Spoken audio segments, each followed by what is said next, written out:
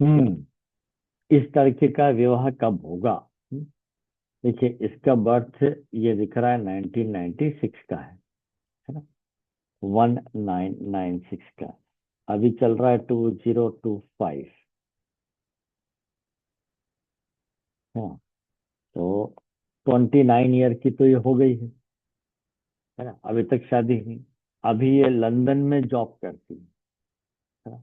Indian है, London में job करती है। तो शादी कब होगी? अब शादी के लिए हमें पहले क्या देखना, जैसा मैंने कल बताया था, पहले भाग्य देखें, है ना? स्थिति है कि नहीं। तो सबसे पहले एक काम करते हैं ना, इससे ले लेते हैं फर्स्ट चार्ट, ये यहाँ पर है। ये रहा। अब यहाँ देखिए, नंबर 1, सप्तमेश।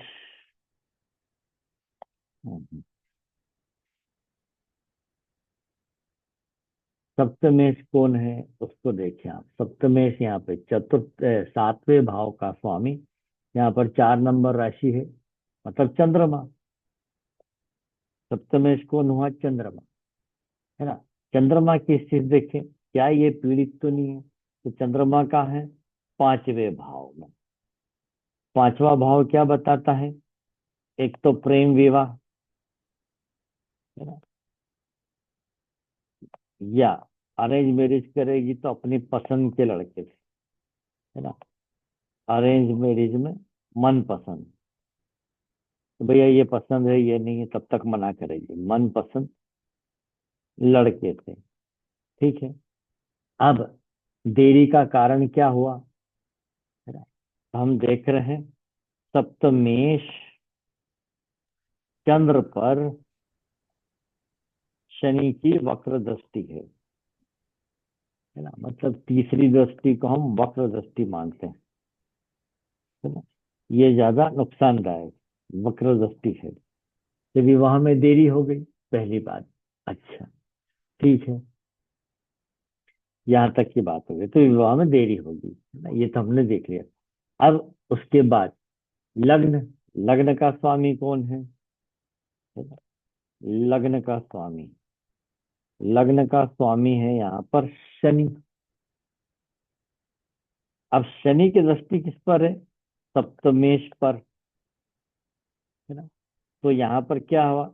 शनि और चंद्र का, है ना, संबंध तो बन ही गया है। जी, 1 और 7 का संबंध बन गया, तो विवाह होगा। ये है कि शनि की वजह से देरी होगी, है ना? और इसी को अपन क्या बोल देते हैं? विषकुंभ योग, है ना? पराशरी ज्योतिष में विषकुंभ योग बोलते हैं। पर उसमें कई बार लिखा है कि भाई शनि चंद्र की युति हो तो, और हम क्या ले लेते हैं, दृष्टि संबंधी हो तो विषकुंभ योग है। इसका फल क्या मिलता है? दो में से एक बातों पर, या तो व्यक्ति का कामकाज या वैवाहिक जीवन, दो में से एक बिगड़ता है। हम्म, चलिए यहाँ तक भी ठीक हो गया, ये शर्त भी पूरी हो गई, तो विवाह तो होगा, इसकी पसंद से ही होगा। ठीक है।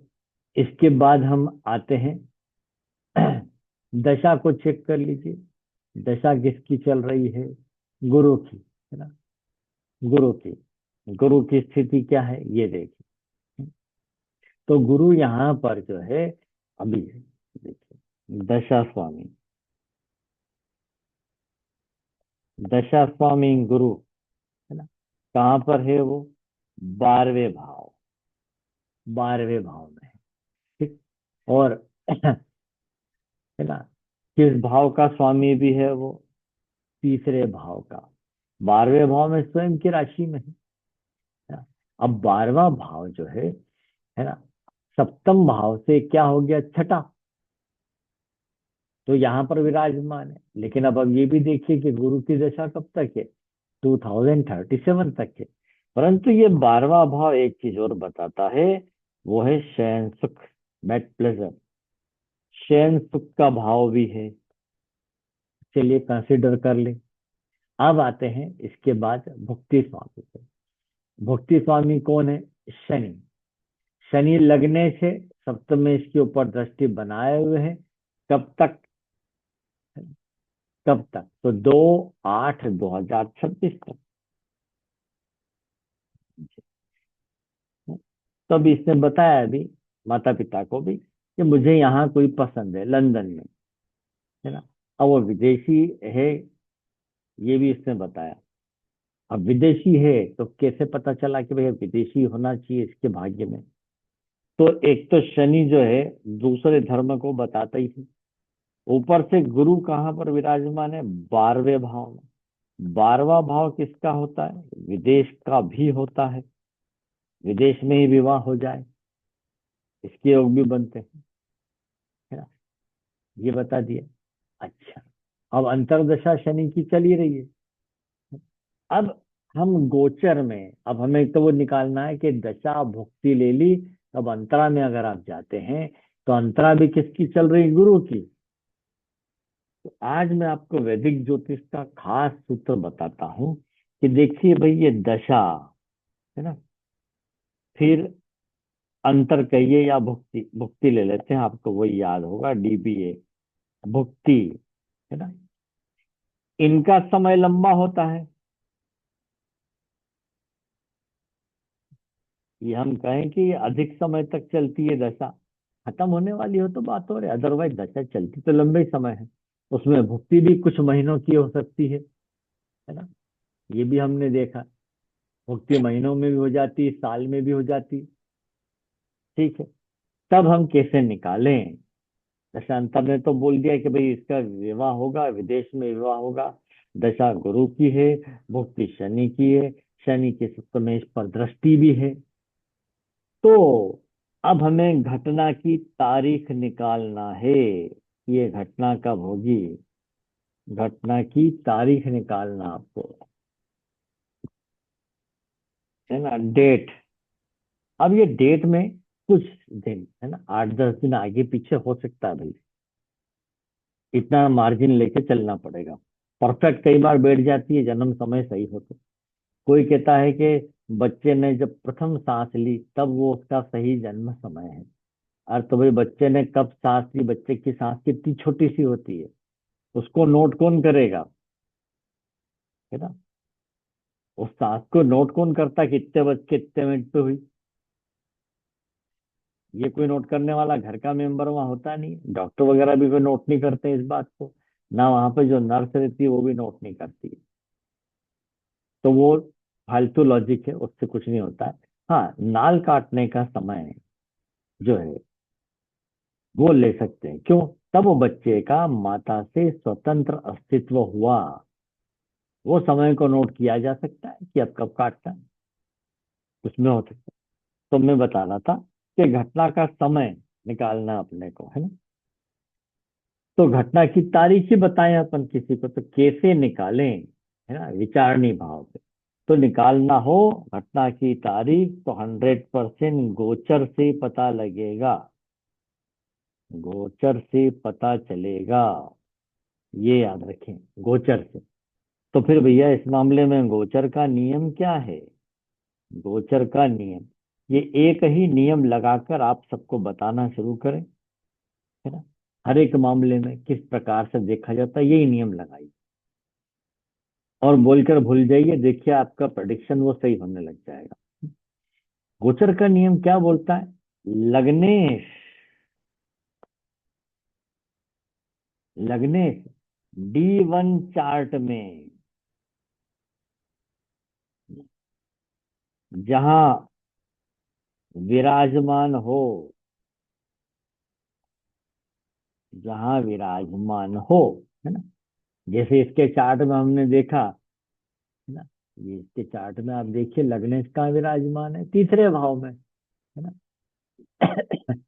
लग्नेश जहां विराजमान है वहां पे, लग्नेश जहां विराजमान है D1 चार्ट में,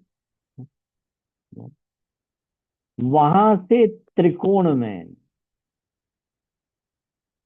वहां से त्रिकोण में लेना है, मतलब 1, 5 या 9, त्रिकोण में आपके विचारणीय भाव, विचारणीय भाव, भाव का स्वामी आ जाए, स्वामी आ जाए, एक नियम तो ये है गोचर का, है ना। ये अब जैसे इसमें देखें, भाई अभी ये कहाँ पर विराजमान है, लग्नेश में, है ना। D1 चार्ट में आपने देख लिया कि भाई तीसरे भाव में। अब ये यहाँ है तो यहाँ से त्रिकोण भाव कौन से बनते हैं? तो एक, दो, तीन, चार, पांच, सप्तम भाव पड़ा एक तो। पांच के बाद छह, सात, आठ, नौ। तो शनि से जहां विराजमान है वहां पर भाव का स्वामी कौन है? चंद्रमा। वो चंद्रमा यहाँ आ जाए पंचम सप्तम भाव में या 11वें भाव में आ जाए, तब घटना घटित होगी। परंतु भाई चंद्रमा तो ऐसा कई बार आएगा ना, गोचरवश, है ना। गोचर में जहां भी विराजमान हो D1 चार्ट में, ये तो फिक्स स्थिति हो गई। और चंद्रमा तो रोटेट करते रहेगा। फिर क्या करें? तब दूसरा नियम लगाएंगे कि जहां पर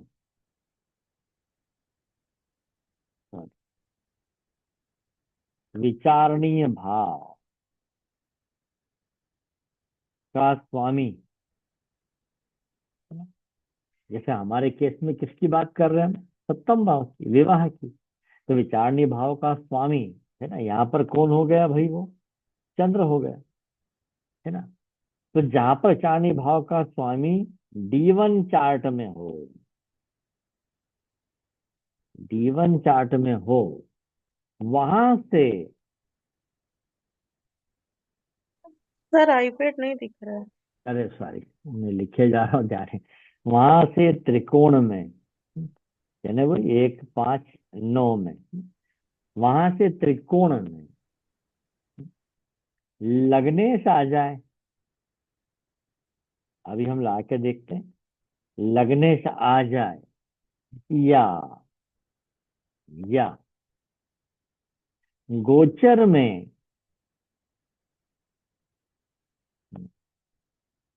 लग्नेश और भाव के स्वामी भावेश की युति हो जाए, दोनों एक ही भाव में आ जाए, भावेश की युति हो जाए। ये अभी आप बात कर रहे हैं सप्तम भाव की, अगर आप जॉब की बात कर रहे होते, कर्म भाव की बात कर रहे होते, तो दसम को देख लेते। संतान की बात कर रहे होते तो पंचम भाव के स्वामी को ले लेते। बात, नियम यही है गोचर का मेन नियम, है ना। तो अब इन तीनों सर में से हम लगा के देखते हैं इसके ऊपर। जी बोलिए। ये जो पहला वाला जो आप बोले ना पॉइंट, हाँ, ये D1 चार्ट में सप्तमेश की स्थिति को त्रिकोण में देखना है। फिर से बताता हूँ, पहला नियम, लग्नेश को देखना है पहले तो D1 हाँ जी। चार्ट में, वो कहाँ है। हम्म। जैसे कि यहाँ पर हमने देखा कहाँ पर है वो, है ना, तीसरे भाव में। तो यहाँ से त्रिकोण भाव क्या बनेगा? एक, दो, तीन, चार, पांच, सातवां भाव, जी जी। है ठीक ना। ठीक पांच, ठीक जी। छह, सात, आठ, नौ, ये तो यहाँ पर तीसरा, है ना, मतलब यहाँ तीसरे सातवां। या सातवें या 11वें में विचारणी भाव का स्वामी भावेश चंद्रमा जब आ जाएगा गोचर में, तब बात हम्म। बनेगी। परंतु आप जानते हैं कि ये जो चंद्रमा है ये तो घूमते ही रहेगा, है ना। एक राशि में 2.25 दिन रहता था, कई बार आके निकल गया, तो फिर बात टल गई। तो अब हमारा फिर ऐसे में दूसरा नियम आता है कि विचारणीय भाव का स्वामी यानी चंद्रमा कहाँ विराजमान है, वो देखेंगे हम, है ना। D1 चार्ट में वो कहाँ पर है? पंचम भाव में। वहां से त्रिकोण में लग्न का स्वामी लग्नेश शनि आ जाए, यहां से एक, दो, तीन, चार, पांच। तो आपने नोट करके रख लिया है कि भाई नवम भाव में शनि चाहिए, पांच, छ, सात, आठ, नौ, है ना। और लग्न में चाहिए, या स्वयं चंद्रमा कहाँ विराजमान है? पंचम भाव में। तो ये तीन भाव आ गए आपके सामने। अब गोचर में चलते हैं कि क्या ये यहाँ से, मतलब सीधी सी बात पकड़ लिया आपने कि भैया हमें लग्नेश यहाँ चाहिए, नवम भाव में, यहाँ पर या यहाँ पर, इन तीन में से कहीं चाहिए। तो अब शनि को पकड़ लीजिए, लग्नेश शनि को गोचर में देखिए, कहाँ है शनि? अभी यहाँ है ना, यहाँ है। उसको कहाँ आना पड़ेगा, यहाँ आना पड़ेगा ना, पंचम भाव में, पंचम में, नवम भाव में। या है ना एक भाव में, हम्म। एक भाव में। तो अब यहाँ आएगा जब, तो यहाँ कब आएगा, तो भैया इसमें समय है ना। तो हमने ये इससे बढ़ाएंगे, 1 ईयर कर दिया। हमें मालूम है कि शनि तो एक राशि में 2.5 साल रहने वाला है ना। और ये लड़की म्यूजिक इंडस्ट्री में है, ब्रिटेन में। अब आपको मालूम है, हमारी शादी का कोई जल्दबाजी का काम ही नहीं है। एक मिनट पीछे लेते हैं, और पीछे लेते हैं, ये है ना 2031 आ रहा, 1 ईयर का हो गया। तो अब मैं पीछे चलता हूँ और मंथ पे आता हूँ। ये 1 ईयर के बाद मैं मंथ पर आ गया, मंथ से बैक करें। इस शनि यहाँ कब आया, ये पीछे, ये पीछे।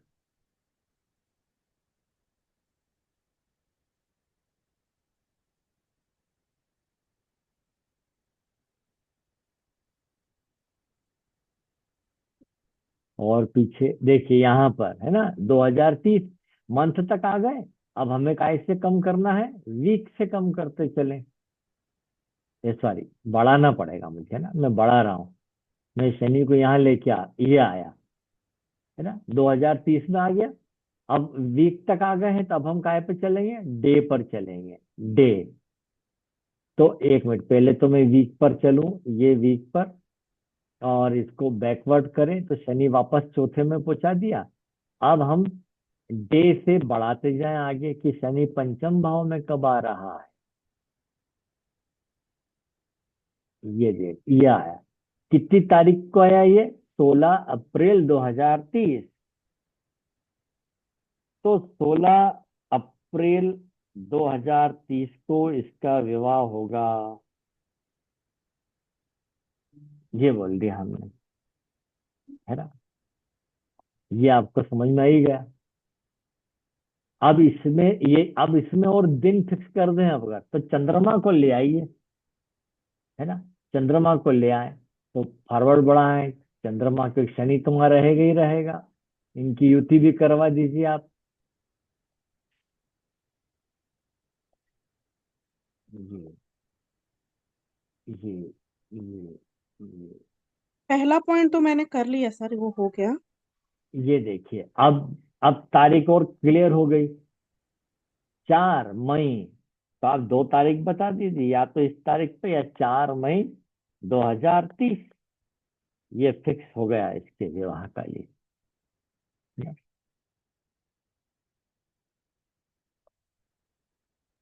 ना। अब मैं एक रूल जो हमेशा बताता हूँ, वो थोड़ा सोचे आप। क्या, कि किसी का भी विवाह हो, आप अपनी पत्रिका में देख लीजिए, विवाह के मुख्य रूप से जो कारक माने गए हैं, है ना, मेन छुपे रुस्तम ये हैं गुरु शनि। इनकी दृष्टि 2, 5 या 7 या 11 में से किसी पर होगी ही होगी, है ना। तो शनि तो खुद ही यहाँ आ गए, और शनि की तीसरी दृष्टि भी सप्तम भाव पर पड़ गई। तो कुटुंब भाव पर भी पड़ गई, लाभ भाव पे भी पड़ गई। 2, 7, 11, तब ये 2, 7, 11 भाव पे शनि की दृष्टि पड़ गई, है ना। तो गुरु को भी 2 में से एक का काम हो जाएगा, पर 1, 2, 3, 4, 5 गुरु की पंचम दृष्टि, है ना, वो भी पाँव पे पड़ गई। तो आपने बता दिया कि भाई इन 2 तारीख में से एक तारीख पे इसका विवाह होगा, और हमें मालूम ही है कि इस वक्त विवाह होते हैं। परंतु कभी कभी क्या केस आ जाता है, जैसे आपने विवाह की तारीख निकाल दी, और ऐसी तारीख कही है कि सितंबर की हो, है ना, जब विवाह हमारे देश में नहीं होते, ऐसी स्थिति कभी आ जाए, तब आप तारीख को आगे बढ़ाएंगे। और वो जो 1, 5, 9 त्रिकोण वाला नियम है ना, भाई पंचम में आया था तब हटा के उसको नवम में पहुंचा दीजिए, नवम में हो तो एक में पहुंचा दीजिए। ऐसे करके आप डेट को आगे पीछे सरकाइए। ये हो गया है गोचर का नियम। ठीक इसी प्रकार से जॉब की बात करते, है ना, कि भाई जॉब कब लगेगा, तो आप फिर 10वें भाव को लेकर चलते, कर्म भाव ऐसे घुमाते। अब चलिए संतान की बात करते, तो क्या, तो संतान के लिए पहले हमें संतान की पत्रिका चाहिए होती है, मतलब पति या पत्नी की, है ना। तो चूंकि संतान को जन्म देने का कार्य जो है मुख्य रूप से महिला का होता है, इसलिए हमें महिला जातक की पत्रिका पर पहले विचार करना चाहिए। तो अभी तो मैं आ जाता हूँ वापस एक विवाह के चार्ट पे और देख लेते हैं। ये रहा, कहाँ गया, ओपन।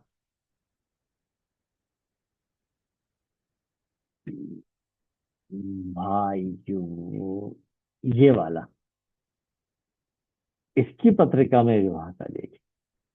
देखिए इसका बर्थ कब का है, 2002, 2002, और अभी चल रहा है 2025, 23 साल की है। ठीक है। अब इसकी डेट ऑफ बर्थ में आप देखेंगे तो ये दो कितनी बार आ गया, 4 बार। 2 बार 2 अगर आता है सूर्य यंत्र न्यूमरोलॉजी में, है ना, तो प्रेम विवाह होता है। 3 बार 2 आ जाता है तो खराब होता है, 4 बार में तो खराब आ गया।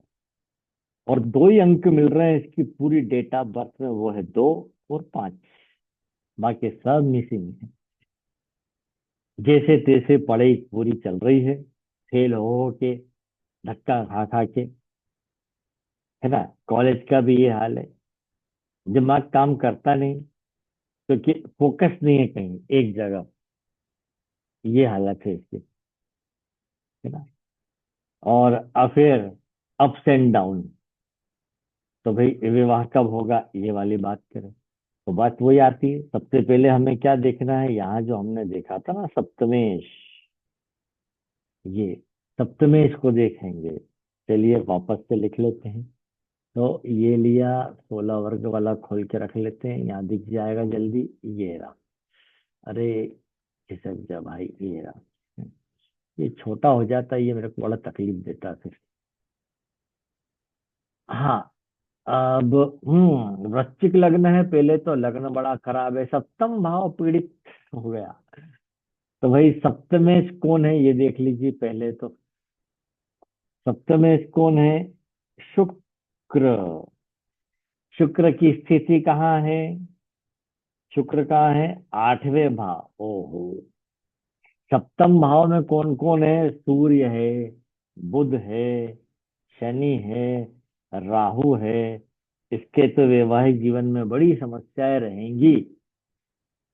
किसी भी पत्रिका में शुक्र अष्टम भाव में जाता है तो ये छुपे हुए प्रेम संबंध को बताता है विवाह के बाद भी। और इसको पति अच्छा नहीं मिलेगा, वो अभी हमने देख लिया है ना। ये सूर्य और ये राहु भी आ गया, शनि भी आ गया, तो सप्तम भाव तो पीड़ित हो ही गया है। और सप्तमेश ऊपर से चला गया अष्टम भाव में। पति कारक, पति के सुख का कारक गुरु भी अष्टम भाव में। यदि दक्षिण भारतीय को लें, दक्षिण भारत में मंगल को माना गया पति कारक, जबकि मंगल ऊर्जा का कारक है ना, शरीर की ऊर्जा के लिए। वो भी यहाँ खराब हो गया, तो एक विवाह में तो तकलीफ आएगी, ये तो हमने बोल दिया। ठीक। अब लग्नेश कौन है, मंगल है। लग्नेश मंगल होकर अष्टम भाव में विराजमान है। तो जब कभी भी मंगल यहाँ 8वें भाव होता है तो लाइफ में कोई न कोई एक्सीडेंट होता है जिसपे हड्डी पे चोट लगती है, वो होगा कभी ना कभी, है ना। और ये 7वां भाव तो बिगड़ ही गया। अब बात वही आ रही कि अब विवाह के लिए हमें देखना है ना। तो चलिए दशा देख लेते हैं अभी एक बार। दशा किसकी चल रही है, राहु की। दशा की मंजूरी लेंगे, फिर गोचर में राहु कहाँ विराजमान है, ऑलरेडी 7वें भाव में। चलिए, तो राहु की दशा में विवाह होगा, है ना। भले वो पीड़ित है, तकलीफों बाधाओं के साथ होगा, हो सकता है इसका हस्बैंड इसको बाद में छोड़ भी दे। अब आ जाइए भक्ति स्वामी। भक्ति स्वामी कौन है, बुध। बुध भी कहाँ है, सप्तम भाव में। तो फिलहाल तो इसका कहना है कि अभी तो नहीं करना। चलो ठीक है भाई, अभी मतलब इसकी जो पढ़ाई चल रही है उसको देखते हुए। अब पढ़ाई अगर चल रही तो हम क्या बोलेंगे, ये क्या शब्द आ गया, परिस्थिति भाई। कई बार परिस्थितियों के ऊपर गोचर हावी हो जाता है तो विवाह हो जाता है। परंतु यहाँ परिस्थिति मान लेते हैं, कोई दबाव नहीं है, सामने वाला लड़के वाला जल्दी तो नहीं कर रहे, पता चला नहीं कर रहा है, ठीक है। तो इसके बाद होगी, अगला कौन है, केतु। केतु का क्या संबंध है, तो केतु की दृष्टि पड़ रही है सप्तम भाव पर, इसलिए हम इसको ले लेते हैं। तो दशा राहु की फिक्स हो गई, है ना, दशा राहु की, ये डी हो गया। भुक्ति हो गई आपकी केतु की, ये भी फिक्स हो गया, ठीक है। अब हम गोचर में इसके बाद के लगाएंगे, यहां से कहाँ खत्म हो रहा है ये देखिए। हम्म, कहाँ गया भाई, ये यहाँ पर 30/3/2026 के बाद। देखिए, अब अपने नियम पर आ जाए। क्या नियम था उसको देखें।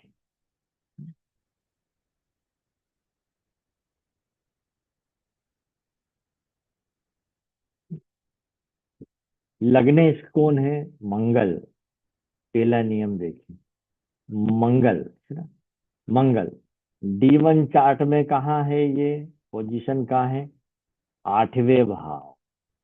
चलिए ये नोट कर लिया, है ना, लग्नेश को। अब D1 चार्ट में देख लिया। अब इसके त्रिकोण कौन से बनते हैं, 8वें भाव के, यहीं से चलें तो, है ना, 1 2 3 4 5। तो 8 के बाद आ गया 12, 5 6 7 8 9, 4, 4 8 12,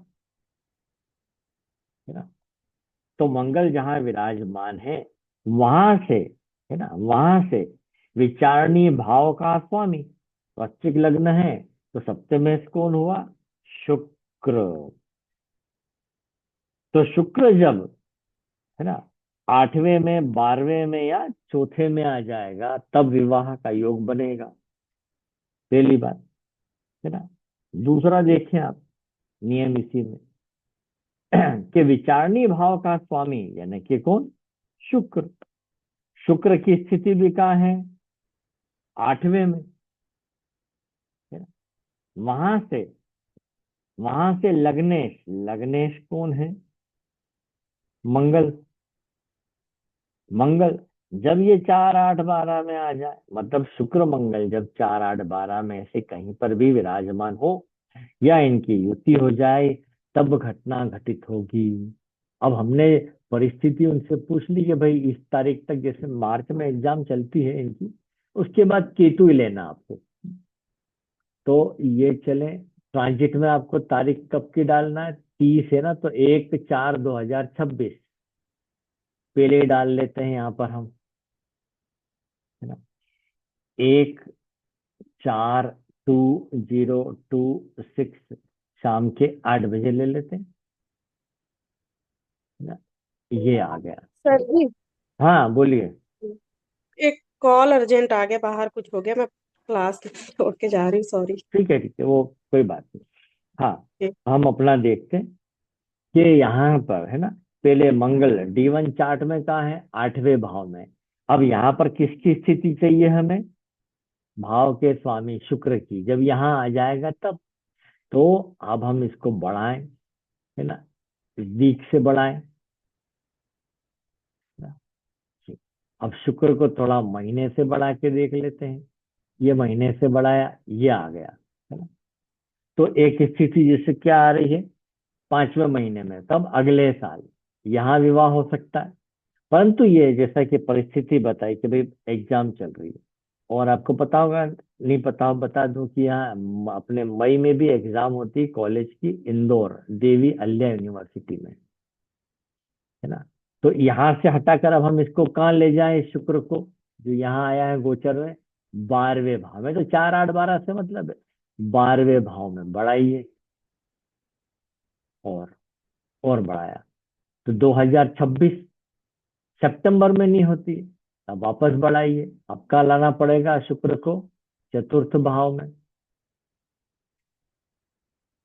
है ना। ये पीछे गए, है ना, और ये इतना आगे आ गया। चलिए मैं फिर इसको एक मन के बजाय वीक से बढ़ाता हूँ, ये फॉरवर्ड किया, यहाँ आ गया, है ना। अब मैं डे इसको वापस से पीछे लेता हूँ, शुक्र को, और अब डे से बढ़ाते हैं हम इसको, 1 डे। ये बढ़ाया, ये बढ़ाया, चौथे भाव में कब शुक्र आ रहा है? आया।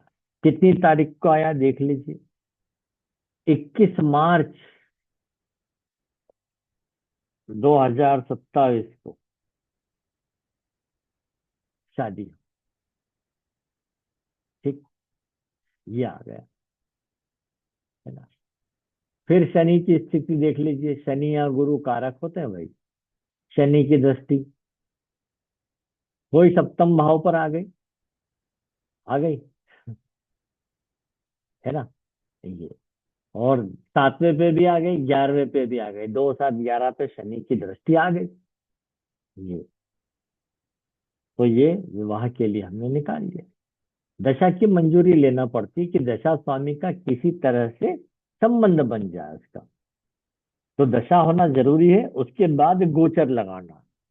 ऐसा नहीं कि कोई अभी भाई 15 साल की लड़की उसका या कोई विवाह निकालने लग गए और उसको जो दशा चल रही है ना, वो सप्तम में इसकी हो ये, तो देश काल परिस्थितियों का ध्यान रखते हुए करता है। पुराने जमाने में क्या होता था, मतलब करीबन 1940 से लेके 60 तक के बीच में जल्दी शादी हो जाती थी। 16 साल की उम्र में ही लड़कियों के और बाल विवाह तक हो जाते थे हमारे देश में, परिस्थितियां थी। ये उसके बाद अब जरा बदलाव आ गया है, तो थोड़ा सा डिले हो जाता है। तो ये विवाह का मैटर आपको समझ में आ गया कि ये 3 जो नियम है आगे पीछे करके लगाएंगे तो आपका काम हो जाएगा। फिर चंद्रमा के समर्थन के बिना घटना घटित नहीं होती, ऐसा कहते हैं, है ना। तो चंद्रमा को कहाँ आ जाना चाहिए? इस गोचर के दिन पे, है ना। चंद्रमा को कहाँ आ जाना चाहिए? गोचर में। तो हम ये देख सकते हैं, चंद्रमा या तो लग्न में आ जाए तो सप्तम भाव पे दृष्टि डाल दे। ये बढ़ाया, ये बढ़ाया, ये बढ़ा दिया, ये बढ़ा दिया, ये बढ़ा दिया, है ना। अगर शुक्र यहाँ से नहीं खिसकता है तो चंद्रमा